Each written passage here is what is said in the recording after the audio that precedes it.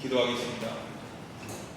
사랑과 은혜가 풍성하신 하나님 아버지, 오늘 부활의 기쁨과 소망을 안고 주님 앞에 나아오게 하심에 감사합니다. 죄와 사망의 권세를 이기시고 다시 살아나신 주 예수 그리스도의 부활을 찬양하며 이 놀라운 구원의 은혜를 우리에게 허락하심에 감사와 영광을 올려드립니다. 주님, 우리의 연약함과 부족함을 이 시간 주님 앞에 내려놓습니다. 우리의 삶 속에서 아직도 남아있는 죄와 연약함을 용서해 주시고 부활의 능력으로 새롭게 변화된 삶을 살아가게 하옵소서. 부활의 주님을 믿는 자로서 절망 가운데 소망을, 어둠 가운데 빛을, 죽음 가운데 생명을 전하는 삶을 살게 해 주시고 우리의 생각과 말과 행동이 주님의 사랑을 나타내는 자로서 살아가게 해 주시옵소서. 2000년 전 이 땅에 오셔서 세상에 관심 없는 약한 자와 가난한 자와 병든 자와 고아와 과부를 돌보셨던 우리 예수 그리스도를 우리가 기억하게 해주시고 권력이라는 그 공포에 맞서서 싸우셨던 예수 그리스도, 그리고 우리를 얼마나 사랑하셨기에 십자가의 그 고통을 이기시고 그리고 죽음의 그 사망의 권세를 이기시고 다시 살아나신 예수님을 우리가 우리 삶의 동역자여 친구로서 살아가게 해주시는 주님 감사합니다. 이 시간 재물이 필요한 자가 있으면 그 재물을 채워주시고 그리고 건강이 필요한 자가 있으면 건강하게 해주시고 사랑이 필요한 자가 있으면 그 사랑을 더 채워주시고 지혜가 필요한 자가 있으면 더 지혜를 채워주는 그런 시간이 되게 해주시옵소서. 이 예배를 준비한 모든 손길을 주께서 축복하여 주시고 우리 새생명교회 성도들 그런 삶 가운데 주께서 더욱더 그 가정과 사업장과 일터에 복의 복을 허락하여 주시라 믿습니다. 이 모든 말씀 예수 그리스도의 이름으로 기도합니다. 오늘 함께 보실 본 말씀은 갈라디아서 2장 16절부터 21절까지 말씀드리겠습니다. 오늘 함께 보실 본 말씀은 갈라디아서 2장 16절에서 21절까지 함께 보도록 하겠습니다. 16절 제가 먼저 읽고 17절부터 우리 성도들 교독을 함께 해주시기 바랍니다. 16절 읽을게요. 사람이 의롭게 되는 것은 율법의 행위로 말미암이 아니요 오직 예수 그리스도를 믿음으로 말미암은 줄 알고 우리도 그리스도 예수를 믿나니 이는 우리가 율법의 행위로서가 아니고 그리스도를 믿음으로써 의롭다함을 얻으려 함이라. 율법의 행위로서는 의롭다함을 얻을 부처가 없느니라. 17절 시작. 만일 우리가 그리스도 안에서 의롭게 되었다가 죄대로 나가나 그리스도께서 죄를 지게 하는 자냐 결코 그럴 수 없느니라. 만일 내가 헐벗은 것을 다시 세우면 내가 나를 뻑뻑한 자로 만드는 것이다. 내가 여호와 말미암아 율법에 대하여 죽었나니 이는 하나님에 대하여 살려 합니다. 내가 그리스도와 함께 십자가에 못 박혔느니 그런즉 이제는 내가 사는 것이 아니요 오직 내 안에 그리스도께서 사시는 것이라. 이제 내가 육체 가운데 사는 것은 나를 사랑하사 나를 위하여 자기 자신을 버리신 하나님의 아들을 믿는 믿음 안에서 사는 것이다. 내가 너희의 죄를 하지 않나니 나의 의롭게 된 것이 율법으로 말미암아 그리스도께서 내 주셨느니라. 아멘. 할렐루야. 오늘도 이 말씀하고 계신 여러분들 주님의 이름으로 환영하고 축복합니다. 오늘은 부활주일입니다. 우리 역사까지 인사할까요? 예수님 부활하셨습니다. 다시 한번 인사할까요? 그 부활을 기억하고 감사 위에 오신 이 성도님들 주님의 이름으로 환영하고 축복합니다. 다시 한번 인사할게요. 주님의 이름으로 읽었어요?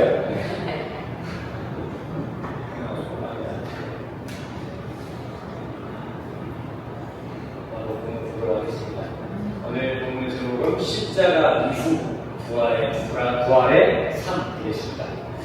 자, 오늘 본문 말씀은요, 사도 바울이 개발을 책망하는 장면을 담고 시작하고 있습니다. 자, 개발은 누구입니까? 개발. 보면서 들으세요. 자, 개발은 베드로입니다. 베드로. 예수님의 수제자 그 베드로가 게바입니다.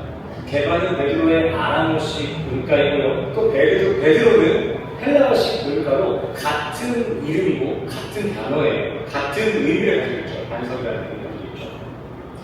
그러나 바울이 집필한 다른 성경들, 여러 가지 성경들 중에 보시면은 거기서 대체적으로 바울은 베드로라는 단어를 주로 사용합니다. 게바라는 단어를 잘 사용하잖아요. 하지만 오늘 본문인 갈라디아서를 보시면 아시겠지만 바울은 유독 오늘 본문에서 베드로가 아닌 게바다라는 이름을 기록해서 쓰고 있습니다. 반복하고 있죠. 자, 이것은 바울이 지금 어떤 의도를 가지고 이 게바라는 단어를 사용하고 있다는 것이죠.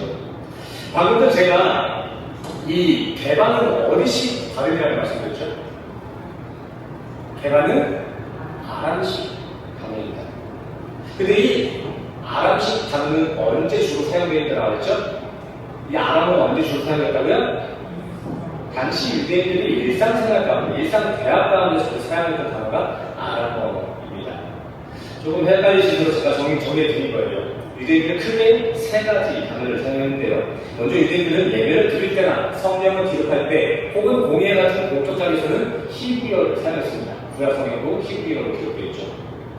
또 그리고 일반적인 일상적 대화를 나눌 때는 또 아람어를 사용했고요. 마지막으로 또 당시 유대인들은 여러 전쟁으로 인해서 타국가 사람들과 이렇게 어울려 살아가야 될 필요가 있었기 때문에 그 공용 언어를 사용했어야 되는데 그 당시 그 로마 전쟁에 사용되었던 통용 언어는 헬라어였습니다. 이렇게 유대인들은 세 가지 언어를 상황에 따라서 사용했다는 것이죠. 우리가 살아가고 있는 이 필리핀 문화에서 보시면 이 필리핀 사람들이 다들 세 가지 정도 언어를 하고 있습니다. 그렇죠? 어떤 언어를 먼저 하죠? 예, 따갈로. 이제 따갈로를 쓰고 또 기본적으로 뭘 가지고 있죠? 그 지방 언어를 또 가지고 있어요.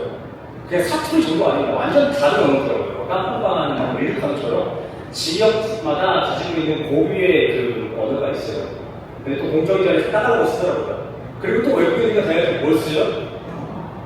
이렇게 세 가지 단어를 씁니다. 이게 뭐 완벽한 비유가 될 수 없겠지만 유대인들에게도 이런 차원, 이런 시점에서 다양한 언어 문화를 가지고 있었다라는 정도로 기억해 주시기 바랍니다. 바울은 지금 당시 그러한 문화를 고려해서 지금 베드로를 의도적으로 게바라고 지금 지칭하고 있는 것입니다. 게바. 자, 그렇다면 여기서 바울은 왜 고의적으로 이렇게 아람어 단어를 택한 것일까요? 평소에 잘 쓰지도 않았던 단어를 굳이 여기서는 반복해서 지금 쓰고 있어요. 그 이유는 지금 베드로가 사도로서의 어떤 공적인 모습이 아니라 유대인의 정체성을 가지고 사역에 임하고 있기 때문에 지금 그것을 꼬집고 있는 것이 게바라는 단어입니다. 쉽게 말하자면 베드로는 오늘 본문에서 사도로서 사람들을 대하는 것이 아니라 유대인으로서 사람들을 차분 대하고 있기 때문에 바울은 이것을 책망하고자 지금 게바라 지금 이야기하고 있는 것입니다. 어떻게 하면 이해가 좀 쉬울까요? 성도님들이 저를 부를 때면은 또 밖에서 사람들 부를 때면은 뭐 성나, 성씨라고 부를 수 있죠. 근데 또 이게 아니라 이성훈 목사님 이렇게 부를 수 있지 않겠습니까? 근데 이 같은 이 세 단어는 전부 다 저를 지칭하는 단어인데 뭔가 각자가 가지고 있는 어떤 뉘앙스가 있습니다. 각자마다의 그 의도가 있는 것 같지 않습니까? 이렇게 바울도 오늘 본문에서 굳이 게바라는 단어를 선택해서 베드로에게 너 그냥 성도 아니잖아, 너 게바 목사잖아 라고 지금 어떤 무언의 메시지를 지금 보내고 있는 것입니다. 목사님. 자, 그래서 본문의 바울은 베드로의 어떤 행동을 보고 이러한 책망을 하고 있는 것일까요? 자, 생각해 봅시다. 그래도 베드로가 이 바울보다는 조금 더 정통파고 신학적으로도 선배 아니겠습니까? 예수님을 먼저 따랐잖아요. 근데 그런 후배 바울이 선배 베드로를 책망하고 있다는 것은 그 선배가 분명 엄청난 잘못을 하고 있다는 거예요. 그렇죠? 그리스도인이 결국 타락해서는 안 될 어떤 가치를 지금 베드로가 범하고 있다는 것이죠. 자, 그렇다면 베드로는 어떤 잘못을 했던 것일까요? 뭘 잘못했기에 후배에게 이런 책망을 듣고 있는 것일까요? 베드로는요, 이방인들과의 그 식사를 거부했습니다. 아니, 조금 더 정확하게 말씀드리자면 이방인들과 밥을 먹고 있다가 유대인들이 나타나자 베드로는 그 자리를 벅차고 나와버린 거예요. 이제 강지사님이랑 시대공부에서 밥을 먹고 있어.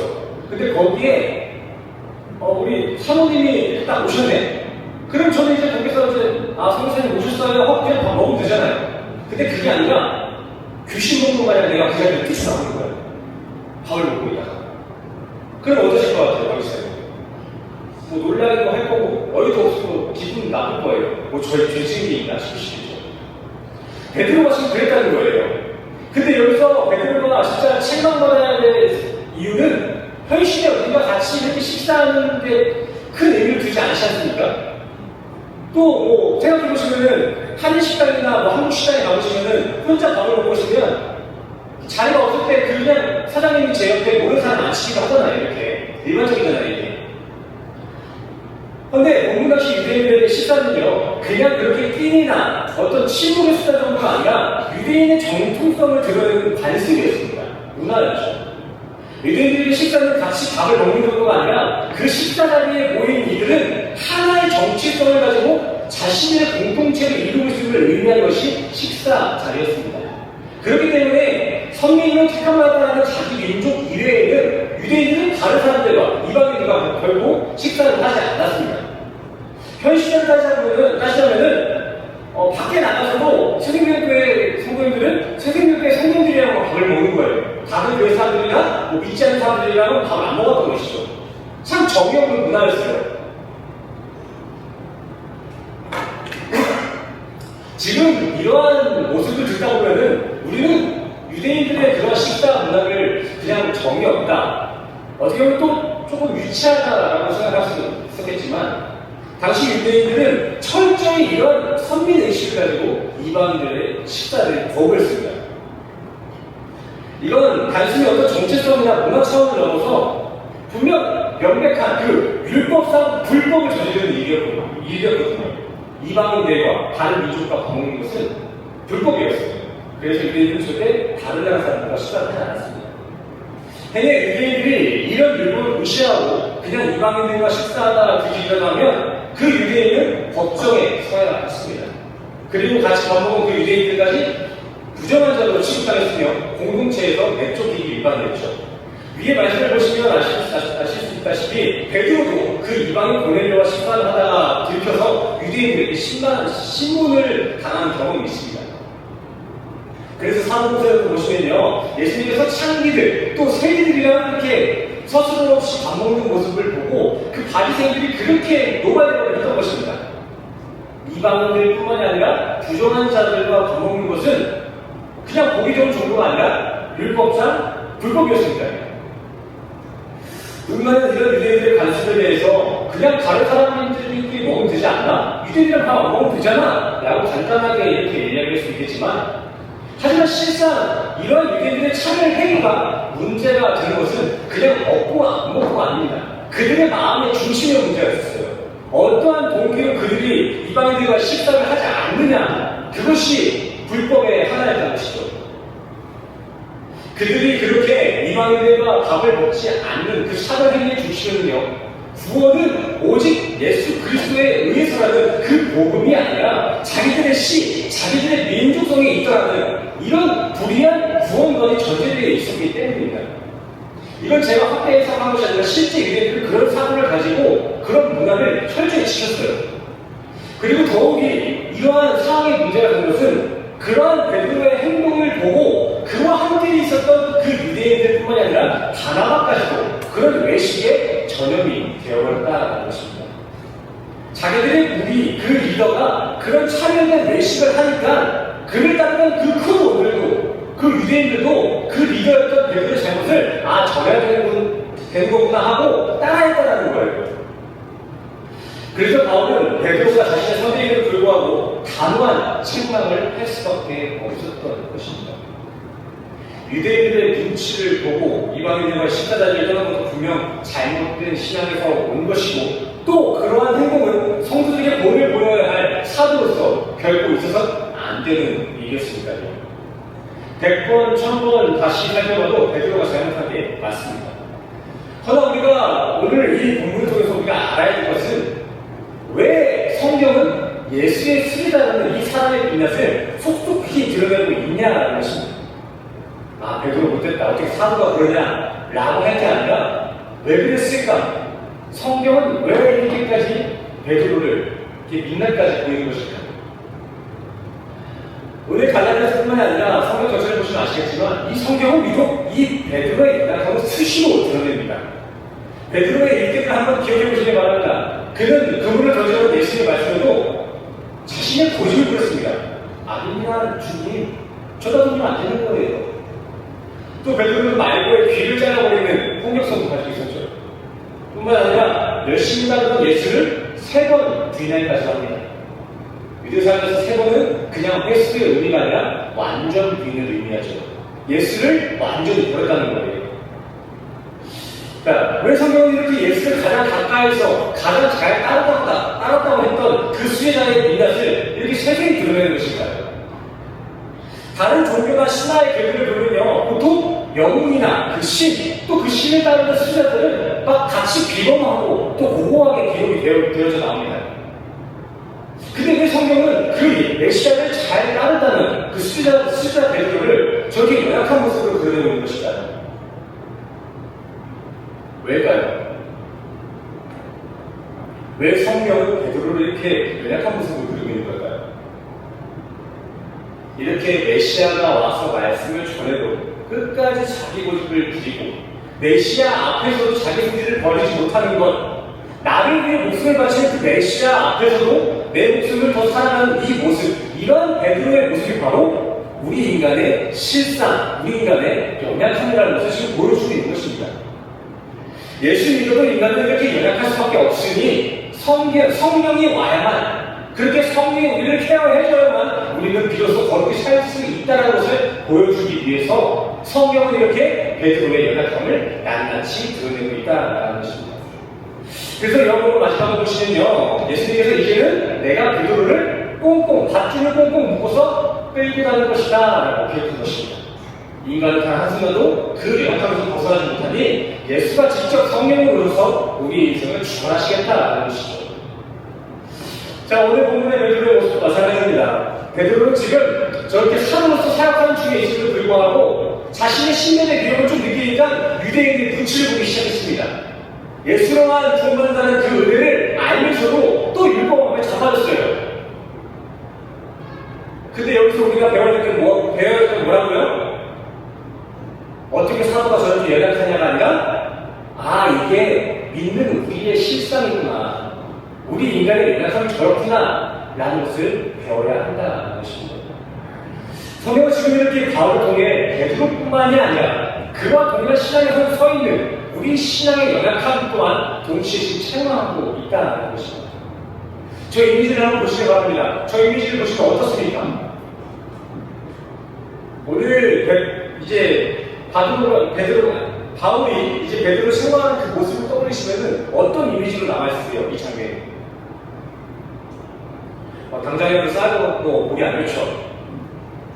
근데 저는 이 말씀을 준비하면서, 이 묵상하면서, 이 그림을 준비하면서 참 아름다움을 느꼈습니다. 아름다움. 저 모습이 참 아름다웠어요. 갈라디아서 2장 14절 말씀이 너무나 아름다워 보였습니다.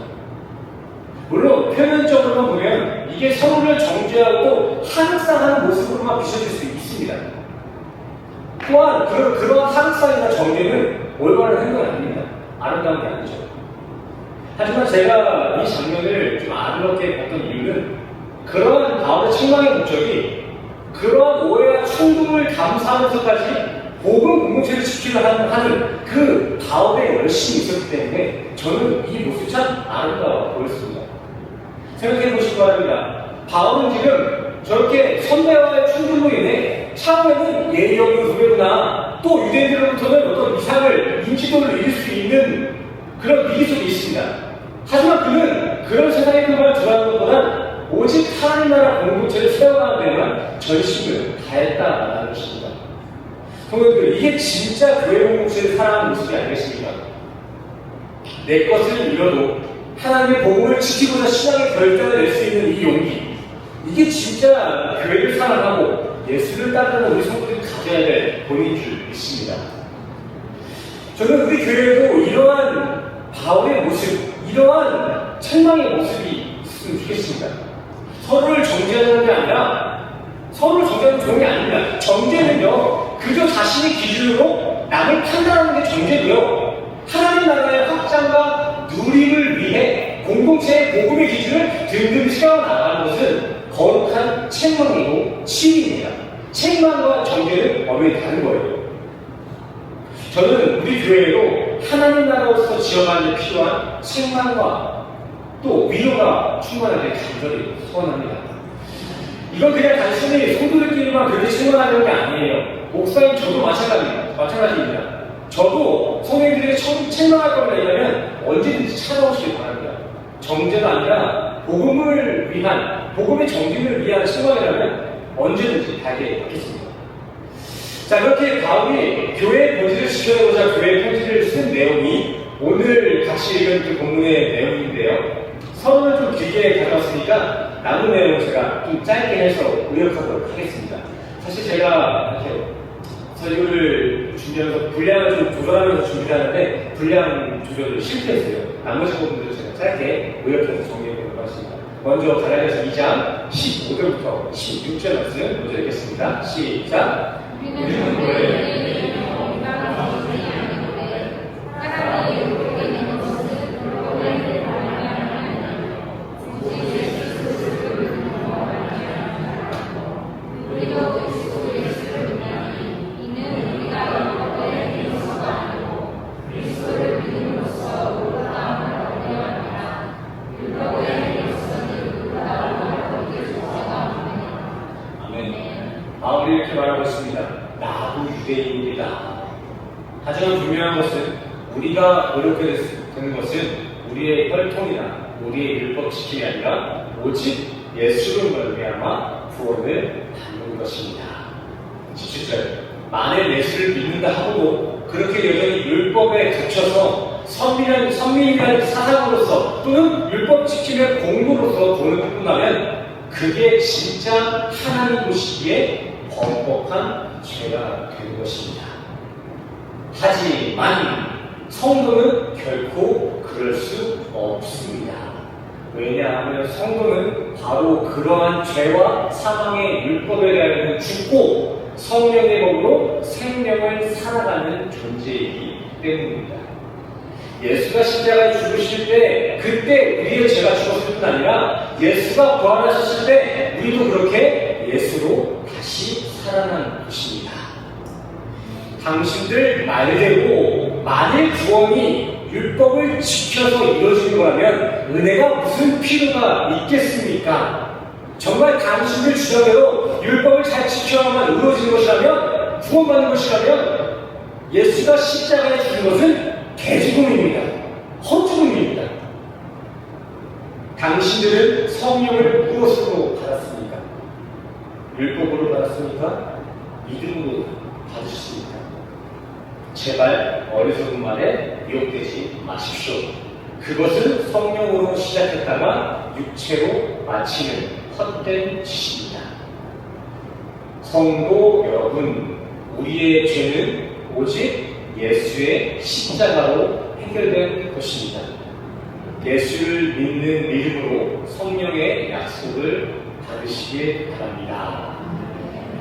여기까지가 어긋난 신앙에 던져져 있던 그 교회 공동체에 던져진 바울의 올바른 신앙 지침서의 내용이 되겠습니다. 오늘은 좀 서론이 좀 길어서 조금 이해하기 어려운 부분도 있고 좀 내용이 조금 지루한 부분도 있었는데 우리는 그냥 크게 두 가지만 좀 잘 기억했으면 좋겠습니다. 첫 번째는 이 구원은 결코 우리의 어떤 행위로도 이루어지지 않고 오직 예수 그리스도로 말미암은 믿음으로 주어진다는 사실, 우리는 이거를 가장 먼저 기억해야 되는 것입니다. 그리고 두 번째, 성도의 신앙은 구원, 십자가에 머무는 것이 아니라 그 십자가 이후에, 그 구원 이후에 예수님이 부활하셨듯이 그의 반차례자로 살아가는 우리도 율법에는 죽되 성령으로 반드시 부활하여서 남은 인생의 여정을 하나님의 종으로서 살아내야 된다라는 것입니다. 아멘이십니까? 예수가 날 위해 죽으셔서 내 구원을 완성했습니다. 이제 더 이상 내가 할 게 없습니다. 주님이 다 하셨습니다. 그러니 나는 이제 더 이상 할 게 없으니 세상 팽자탱자 살겠습니다. 이러면 안 된다라는 거예요. 바울은 그것을 바로 성령으로 시작했다가 육체로 마친 이들, 성령을 헛되이 받은 이들, 거짓 형제들이다라는 것을 책망하는 것입니다. 그거 가짜라는 거예요. 구원받았다면서 거룩히 살지 않는 사람들은 다 가짜라는 것입니다, 성령님들. 진짜 예수의 십자가로 구원받은 성도들은 그 십자가의 궁극적 목적지였던 하나님의 영광에까지 더욱이 성화되어져 가야 된다는 것입니다. 성도는 그냥 십자가를 본 자, 십자가를 아는 자가 아니라 그 십자가를 지신 예수를 필두로 주어진 이 인생 속에서 성령과 함께 교회로서 차츰차츰 거룩하게 지어져 나아가야 된다는 거예요. 그냥 나 구원받았구나, 끝이구나가 아니라 구원받았구나, 내가 이렇게 구원받았음을 알고 그 공로를 가지고 거룩히 살아가야 된다고요. 거기에 걸맞는 사람이 없어. 이게 이미 창세 전부터 구원받은 우리 성도가 구태여 이 인생을 세상에는 근신하며 하나님을 알아가는 데 열심히 부여되는 유일한 것입니다. 열심히 신앙생활을 해야 된다고요. 왜요? 이미 구원받았는데 우리는 왜 또 열심히 신앙생활을 해야 된다고요? 이거 대답해 보세요. 시간 좀 있습니다. 이미 구원받았는데 우리는 왜 끝까지 그렇게 살아야 됩니까? 왜? 우리의 목적지는 구원이 아니라 하나님의 영광까지 있기 때문입니다. 우리의 창조 목적과 예수 십자가의 목적은 내가 아니라 나를 통해 하나님의 영광을 드러내는 데 있기 때문에 구원을 받았다고 끝이 아니라 구원받은 성도의 신분으로 하나님의 영광을 드러내는 그 반사체의 역할을 살아가야 된다는 것입니다. 그게 아니라면 우리는 이 인생을 더 살 필요가 없습니다. 생각해보세요. 막말로 구원이 내 인생의 목적이고 십자가가 우리의 구원이 십자가가 우리 인류의 구원의 목적이라면 더 이상 게 뭐가 있냐고요. 십자가는 이미 일어난 사건이고 우리는 이미 구원받았는데 이 인생을 뭐하러 더 사냐고요. 하루만에 죽어야지 그냥. 근데 그게 아니잖아요. 우리 각자의 하나님의 영광이라는 소명이 주어진 줄 믿습니다. 우리에게 주어진 구원뿐만이 아니라 구원에 합한 성도의 삶이 있다는 거예요. 하나님의 영광이 드러나야 돼요. 우리 삶을 통하여서. 그러니 우리는 사명감을 가지고 남은 인생을 부활한 성도로서 성령의 전으로서 끝까지 거룩히 살아가야만 하는 것입니다. 삶으로 살아야 한다고요. 십자가는. 그래서 우리 기독교는요. 믿음이나 신앙에 대해서 이야기할 때 그냥 믿음, 신앙이라고 하지 않고 믿음 생활한다, 신앙 생활한다 이렇게 이야기하는 것입니다.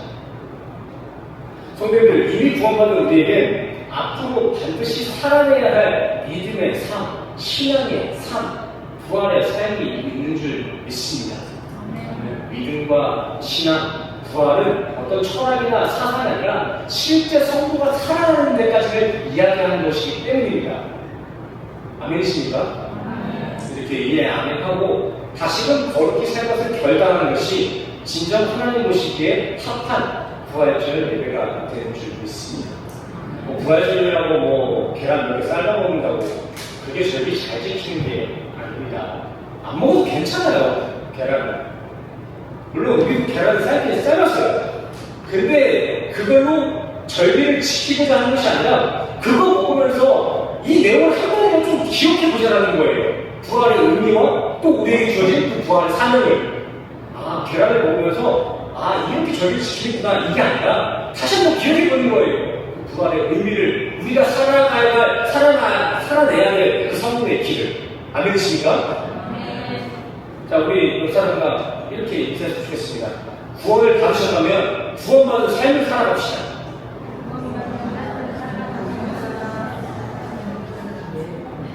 아멘. 율법에 죽었잖아요. 세상에 죽었잖아요. 육체는 죽고 영으로 산 거잖아요. 성령의 법으로 살아났잖아요. 그리고 우리는 성령으로 살아야죠. 그죠? 왜 자꾸 신체의 삶에 이렇게 관심을 갖습니까? 구원받은 삶, 그 부활 이후의 삶을 사는 우리 모든 성도 되시기를 간절히 소원합니다. 오늘 저희는 여기서 마치도록 하겠고요. 우리 경배하시는 때 찬양했던 그가 이 땅에 오신 이유를 다시 한번 찬양하시고 또 기도하는 시간을 가졌으면 좋겠습니다. 우리 그가 오신 이유라는 찬양의 가사 청춘한 주를 좀 묵상하는 마음으로 함께 찬양하시고 기도로 나아가겠습니다.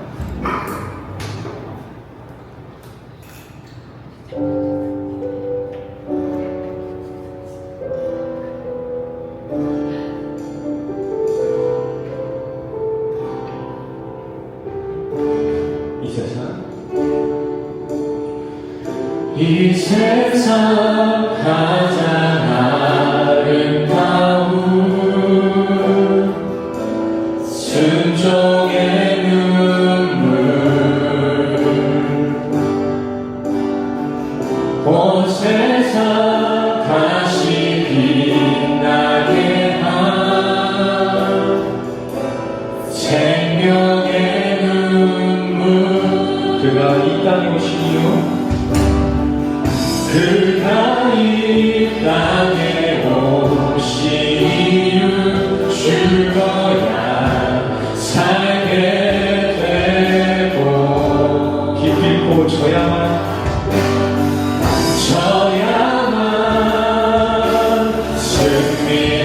승리하는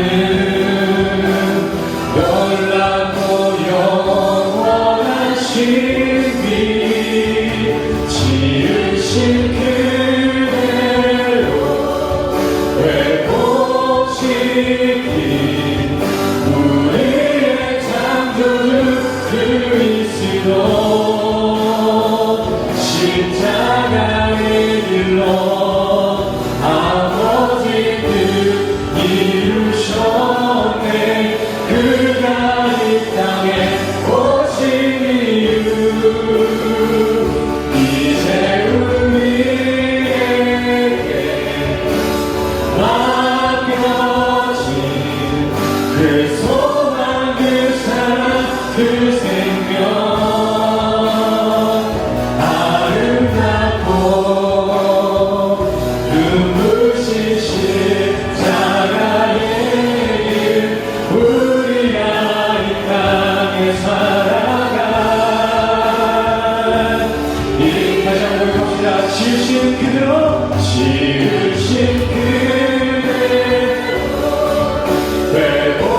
회복시킨 우리의 창조주 그리스도 십자가의 길로 아버지 뜻 이루셨네 그가 이 땅에 오신 이유 이제 우리에게 맡겨진 그 소망 그 사랑 그 생명 아름답고 눈부신 십자가의 길 우리가 이 땅에 살아가 이 시간 함께 기도하며 나가시겠습니다. 기도합시다. 이 시간 주님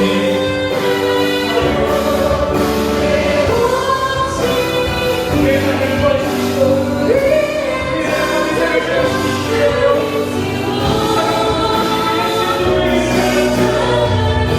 그의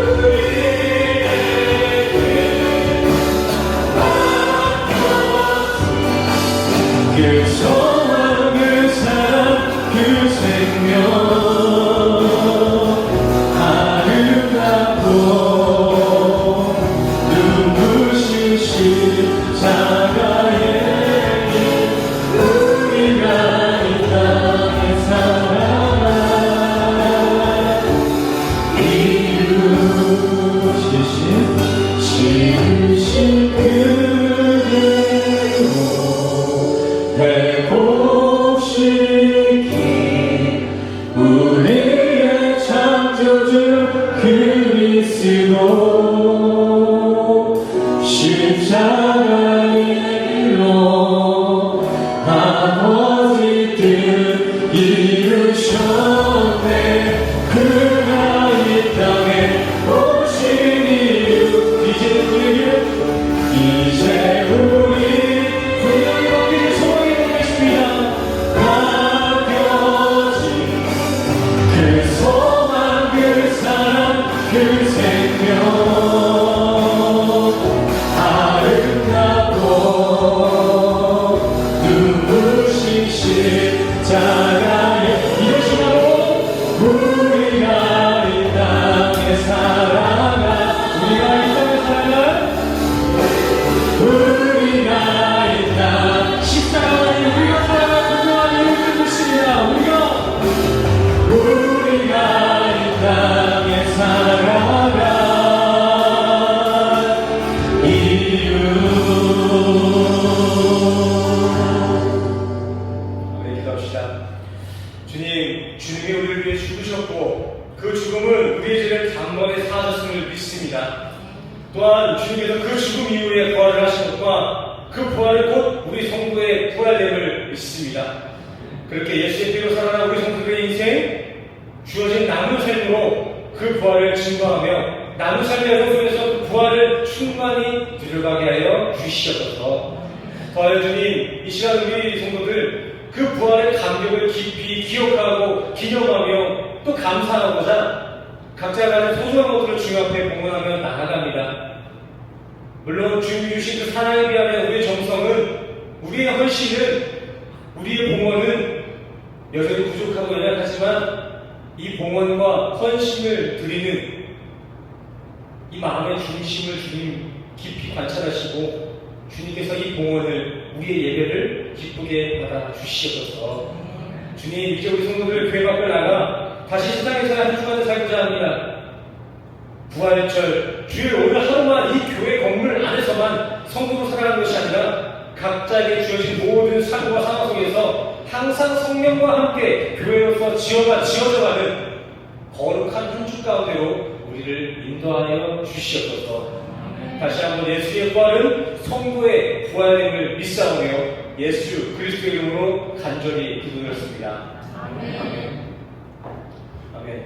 우리 다 같이 일어서서 마지막으로 기대 찬양하시고 축도로 예배를 나가도록 하겠습니다. 먼저 기대 찬양하겠습니다.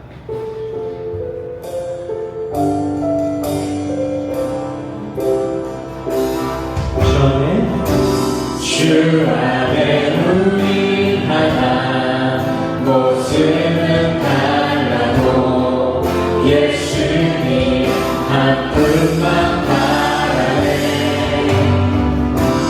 사랑과 성행으로 서로를 격려해 따스한 그러고는 원하니 주님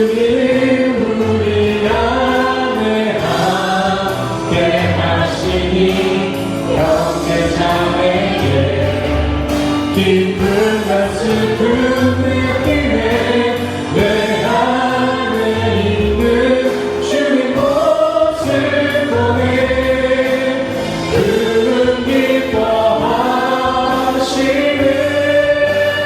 아멘. 기쁨과 함께 찬양합시다. 주님이 우리를 통하여서